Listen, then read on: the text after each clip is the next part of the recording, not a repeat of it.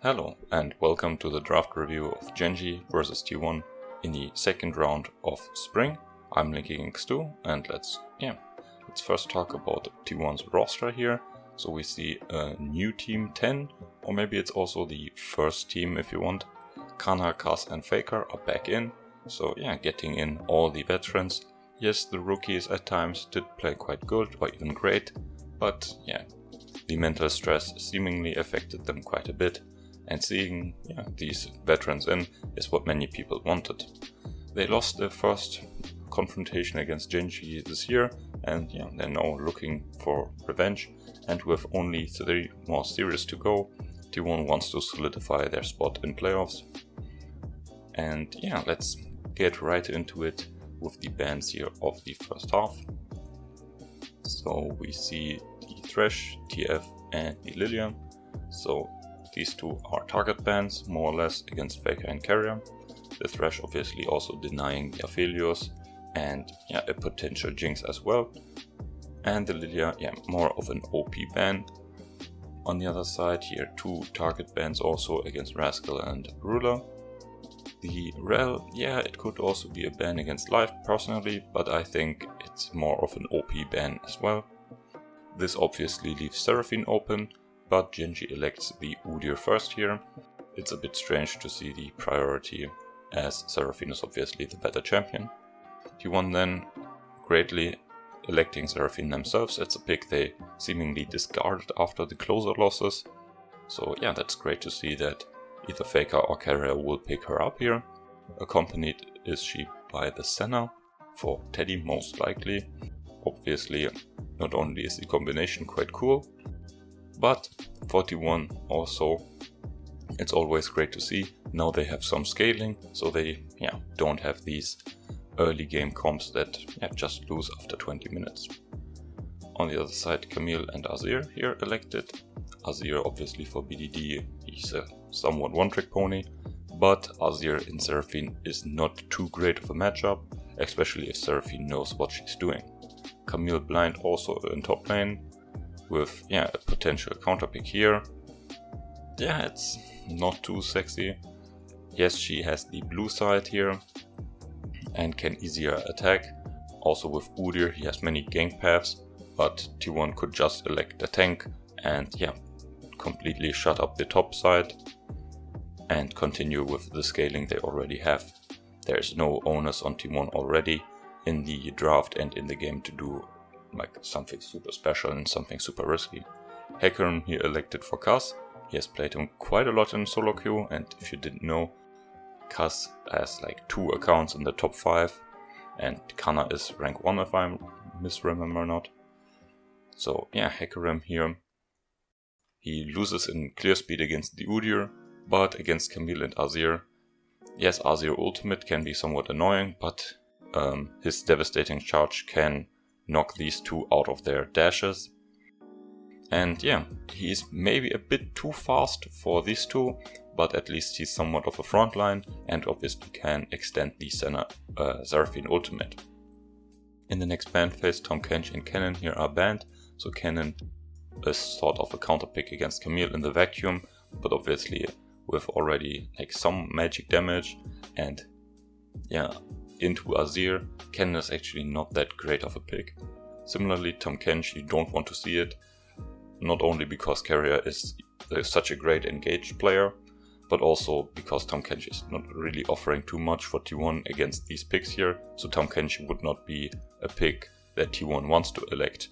This is something that we have seen so often, that TomKench is just banned if Senna is elected. I mean, he would offer protection, but nah. It's not something that fits T1 and Carrier's wishes of a playstyle. On the other side, here Kai'Sa and the Xayah, obviously the more and most popular AD carry bans here. They do decently into Senna early on, and they deny somewhat of the hyper carry bot laner that could maybe deal too much damage for Seraphine and Senna to heal up against.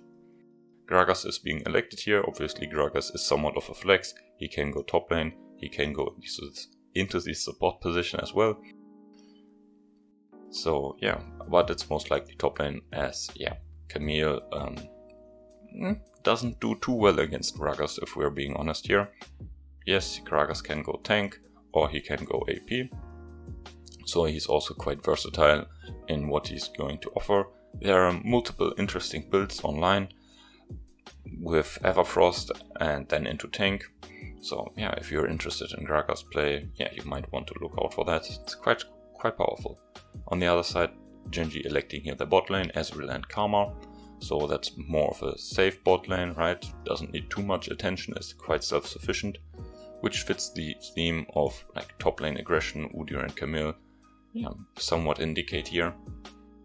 Ezreal into Senna though. In the laning phase it's somewhat decent and can be good even, especially here with like Karma being a ranged bully support. But here we see already T1 has the more defensive bot side, so even if they want to penetrate through bot, it's not really super effective. And yeah, in the later stages, Ezreal can't really match up to Senna at all. Karma, although I personally think that she's super powerful at the moment, in the support position she lacks a bit of gold and XP, so she will not really have the same effectiveness as Seraphine. Should Seraphine go in mid, right, she can also be flexed into the support position, and yeah, some even say in top lane, but with Gragas here we have already a top laner most likely. Nautilus then confirming more or less every flex here in T1's draft. Senna will be the AD carry, Seraphine will go into mid lane, and the Gragas goes into top. Nautilus for carrier, a very staple and and comfortable pick.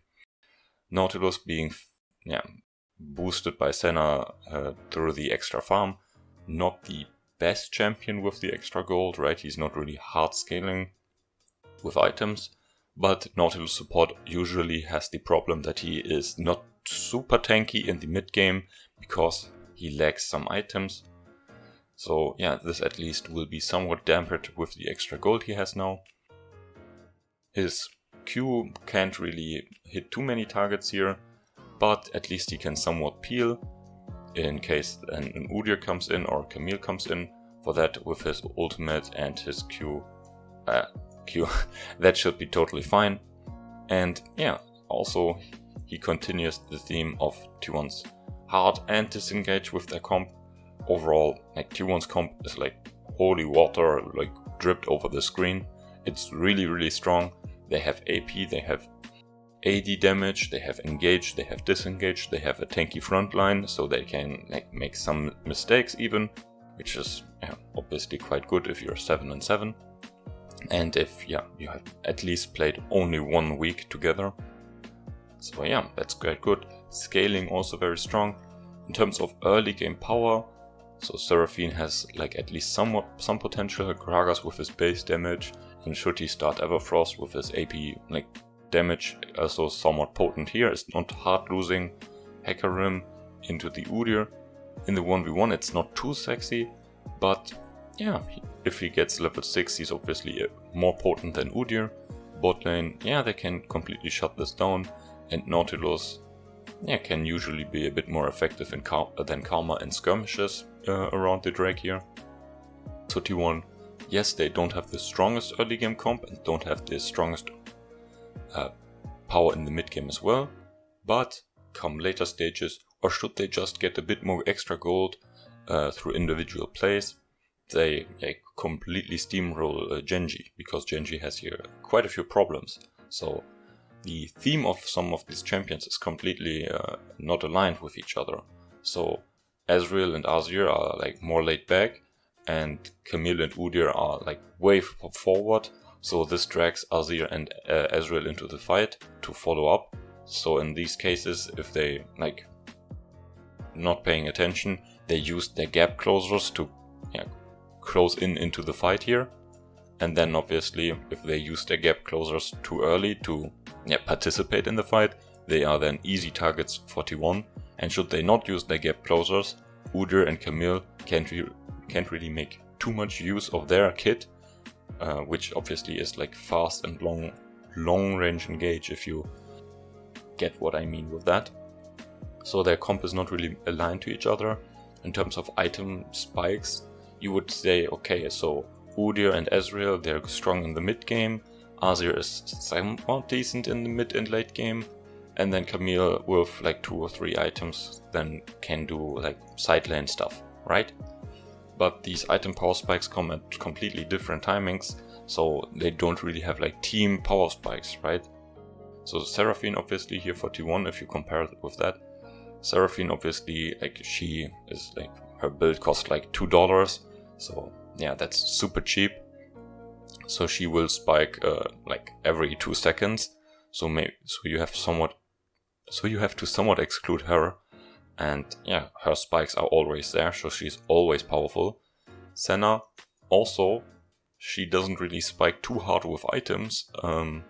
The fasting Senna even like gets her items a bit late, so she is not really spiking with items. She's also, after 6, she's also always somewhat useful. Obviously not super strong, she's not a like Corki with Trinity Force or something, but she's always potent. Hecarim, 1 item and level 6. So yeah, 2 champions that do really spike with their ultimate here. And yeah, the items that these 2 are building is also quite cheap, so she's going for the support item. And yeah, Hecarim for a tank item, which is also cheaper. Gragas, he goes for Everfrost. And yeah, this depends on how top lane is going, obviously, if how much attention Udyr spends there. This can go, yeah, earlier and late or later, but at least with level 6 and the first few items, he's also quite powerful. And yeah, Carrier with being funneled will also reach his tank support item, tank items earlier. So overall, T1, they do spike earlier because their first items are cheaper in general than what GenG is going here. So yeah, even though T1 is super a scaling comp, because of their earlier power spikes, they can somewhat hold against GenG and punish GenG's mistakes even harder. So overall here T1, like, an amazing draft and comp. Yes, there are some questions with like getting Seraphine here as R1, which is obviously a GenG mistake here, but overall it's just very good. And yeah, with this draft gap, which I talked about quite a lot, and the player gap, T1 really smurfing and stomping GenG into the ground. There were obviously some like minor errors here and there, because obviously the macro is not too clean with this super new or like newer roster. Communication was quite good, and at times we were able to listen in to the voice comms. They were also quite calm, which is, like, for me at least, a great sign. It shows that you're concentrated and that you're not too emotionally invested. So yeah, considering this was the first time this roster played in quite a while, or like at all, this is a very, very great showing, and we wish to see more of that.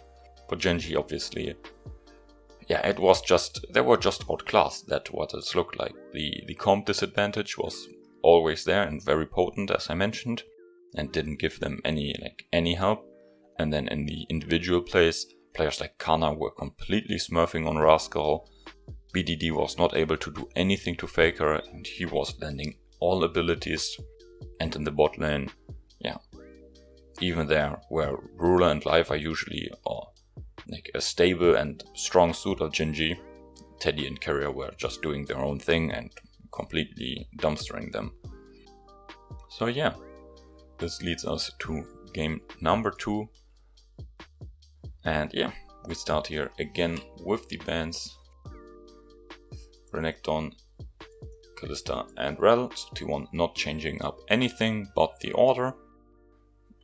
I mean, you won last game, so you don't really need to change so much here. GenG now have the onus to change a lot, so they keep 2 of the bans, and then they switch out the TF ban for the Senna. So personally, I don't think Senna was the major problem for GenG. She was just a vital piece to T1's comp, but so was Seraphine, and Seraphine obviously is stronger than Senna in general. Yes, Teddy is undefeated on Senna for like 4 or 5 matches now, but In the end though, like Seraphine or Senna, like obviously Seraphine would be better here. So T1 here first picking the Seraphine. Very, very good to see that the priority is on the right champion and not something on the Hecarim, which was hovered quite a lot. So yeah, that's obviously quite great. Azir, Udyr and Camille. Yeah, GenG here electing the same 3 champions for their top side. And also the same 3 champions in the first half of the big ban. So Hecarim and Kai'Sa go into these 2 here. The Kai'Sa, yeah, I guess they want something that can follow up like the engage comp and obviously make quite good use of the AP and movement speed provided by the Seraphine Staff of Flowing Water, which obviously works for Kai'Sa, and she's also like a hyper carry in a sense with her good scaling. But yeah, Azir is outranging her. You don't want to get too close to Udyr because he's a bit too fast to kite. And yeah, I mean, they didn't saw the Camille here, but yeah, why wouldn't the Camille come in again? This is something they have to expect. And if Kai'Sa is going in, Camille just Rs her, she's completely isolated and then ganked upon. So yeah, the Kai'Sa pick, yes, it's in line and it makes sense for their comp, but Kai'Sa is not overpowered that you can just pick her up, and especially not into something that can really mess her up. And even if we disregard that, they can here or here pick AD carries that counter her, for example. So yeah, that pick is great question mark and can be quite punished a lot, especially like if they go Seraphine mid again and not Seraphine support. T1 will have some damage issues if Kai'Sa is completely dumpstered. So yeah, that's an issue. But coming into the next bans here, T1 banning at least one of the problematic AD carries that will completely smurf on Kai'Sa. Xayah is fine. And on the other side, Cannon again, which is quite questionable. At least they ban the Gragas now against Camille. I wish this was a Sion, for example, which is not as strong into the Camille as the Gragas is, but can do similar things, especially on the blue side here. Then GenG electing the Aphelios without the Thresh, which is a bit questionable, but Aphelios obviously also does super well individually into the Kai'Sa. Yes, against these 2 Aphelios might struggle a bit, but here GenG obviously high DPS, high late game with all of these 3, but Aphelios is also quite vulnerable here, not as vulnerable as the Kai'Sa though, and yeah, he's doing quite well against her. Then Leona and Gnar is the answer for T1, rounding up their comp. Leona, yeah, she's doing decently into these 2 here. Azir, he has mobility, but yeah, he often uses his dash like not reactively against Leona. And Udyr can be somewhat peeled from her as well, as he obviously has to run next to her. And yeah, Aphelios will be a nice R target, E target, whatever. He has to pick up cleanse, which he does, luckily for him. But yeah, now T1 has multiple tools to get onto him. And the thing is, if T1 is in GenG's backline, then Kai'Sa is fine, because Kai'Sa can't be threatened too hard, unless Camille ultimate comes out. But yeah, even then she can receive some help from her teammates. That's the thing here. GenG, they don't really have great means to protect, especially the Aphelios and the Azir. So they have the Azir ultimate, which can make a wall. Udyr will not really protect as he wants to go in. And Camille is also the same. So behind the Azir wall are these their damage carries here. But yeah, the Azir wall can protect them from everything. And Udyr and Camille are not really super strong enough and potent enough, especially not early on, to really threaten the damage carries of T1 too hard. So T1's hard engage is stronger than the engage of GenG, so T1 most likely will be able to threaten GenG's damage carries more, which then, yeah, does re-enable Kai'Sa into the game. But this is, yeah, yes, the theory is on T1's side, but in this department, but it also depends heavily on execution, and T1 needs to be, needs to make use of their champions to get at least like decent lead into the early game, to be able to get a positional advantage for these fights, to then guarantee that these fights play out exactly this way, and then they can really win. Otherwise it will be even more difficult, as again here with the Gnar elected and not a GP, which would be quite great, and would be really great here at GP. The Gnar in the isolation against the Camille, I don't know what it is, but people really think that's super good. His ultimate though is good against Aphelios, obviously, but yeah, I mean, he is at least a somewhat frontliner for T1 next to Hecarim and Leona, which is something the GP wouldn't offer.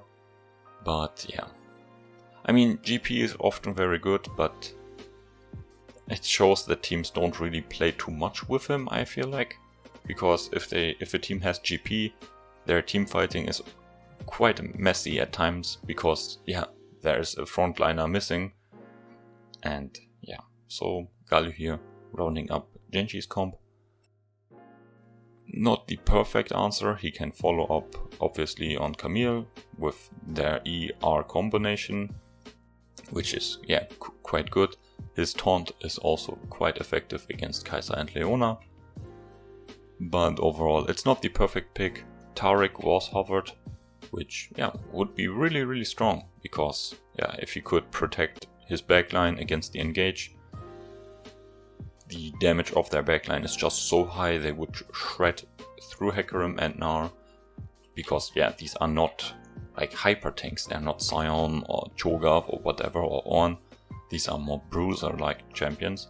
As such, these high DPS champions would shred them in the time the Taric ult arms.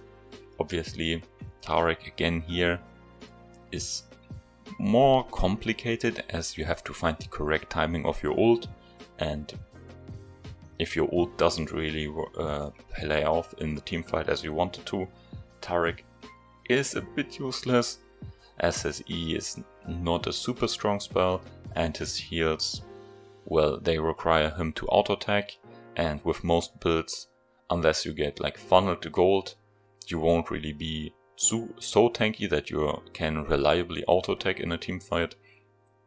So Taric, like a bit like the GP, would be a great answer if played correctly. So that's something I wanted to mention at least. And I already talked about how the team comps interact with each other. The Galio doesn't really change too much. He's helping GenG somewhat with like protection, but he can't really protect from the most dangerous threats to their backline. And as such, T1 here, again with quite immaculate play from early on to the late game stages, is able to get the 2-0 over GenG. So the 2-0 over the second seed.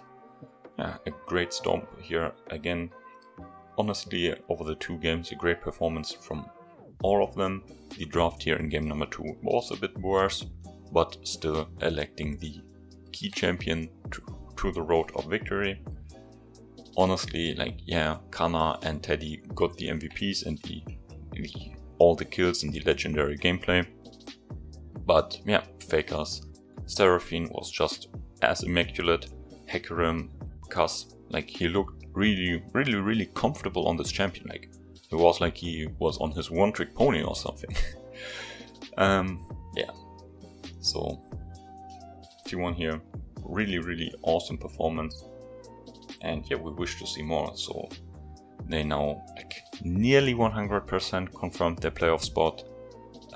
There is still a chance, yes, but it's nearly impossible. The next series is against DragonX, Afrika, and Chovy Sangwa Live.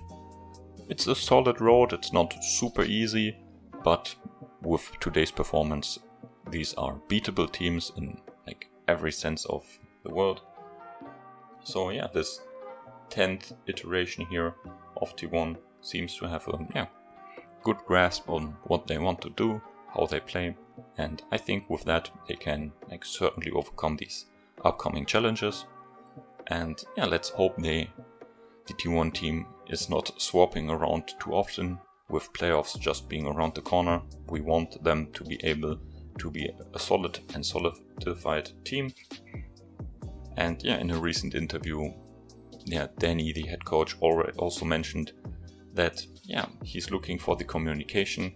And in the MVP interview after this one here, Canna and Teddy already mentioned that the communication with this roster was something they felt was very, very good.